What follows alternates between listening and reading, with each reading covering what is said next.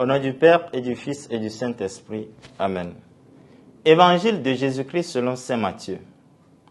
En ce temps-là, voyant les foules, Jésus gravit la montagne. Il s'assit et ses disciples s'approchèrent de lui.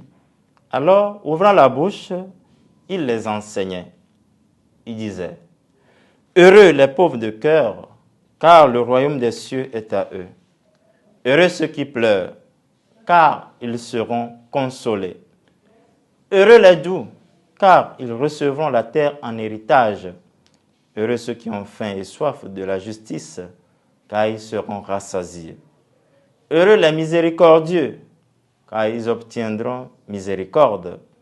Heureux les cœurs purs, car ils verront Dieu. Heureux les artisans de paix, car ils seront appelés fils de Dieu. Heureux ceux qui sont persécutés par la justice, car le royaume des cieux est à eux. Heureux êtes-vous si l'on vous insulte, si l'on vous persécute, et si l'on dit faussement toutes sortes de mal contre vous à cause de moi. Réjouissez-vous, soyez dans l'allégresse, car votre récompense est grande dans les cieux. C'est ainsi qu'on a persécuté les prophètes qui vous ont précédés. Acclamons la parole de Dieu. Louange à toi, Seigneur Jésus. Viens, Esprit Saint, éclairez-nous. Esprit Saint, éclairez-nous. Nous sommes au 1er novembre 2024. Nous fêtons solennellement tous les saints. En cette solennité de tous les saints, l'Évangile nous présente les béatitudes que Jésus exalte et invite à imprimer dans notre vie. Les saints dont nous portons les noms, qui sont des modèles pour nous, nous invitent à emboîter leurs pas suivant la vision béatifique tracée aujourd'hui dans l'Évangile. Ces braves hommes et femmes qui ont tout donné pour imiter le Christ de plus près ont vécu sur terre ce qu'ils ont reçu en héritage aujourd'hui dans la vie éternelle.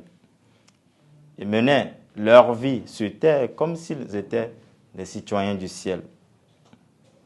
Les béatitudes que Jésus nous propose est un programme, une école de vie et de foi.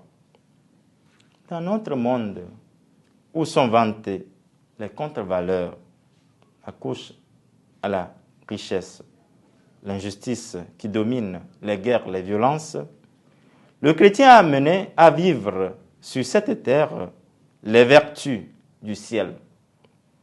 Il ne s'agit pas d'une promesse utopique ouverte dans un monde à venir, mais plutôt l'accès au vrai bonheur dès maintenant.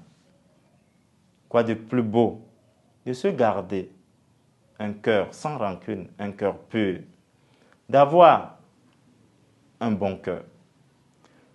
Qu'est-ce qu'il y a de plus beau de répondre à la violence par le pardon, à la miséricorde? Qu'il est beau, qu'il est grand et magnifié aujourd'hui de répondre à l'injustice, à la guerre, par la justice et la paix. Par ces béatitudes, nous faisons l'effort de ressembler à Dieu, car créé à son image, notre devoir est de l'imiter jusqu'à sa ressemblance. Nos saints l'ont compris. Tâchons-nous aujourd'hui de l'implémenter dans notre vie, aujourd'hui et pour les siècles des siècles. Amen.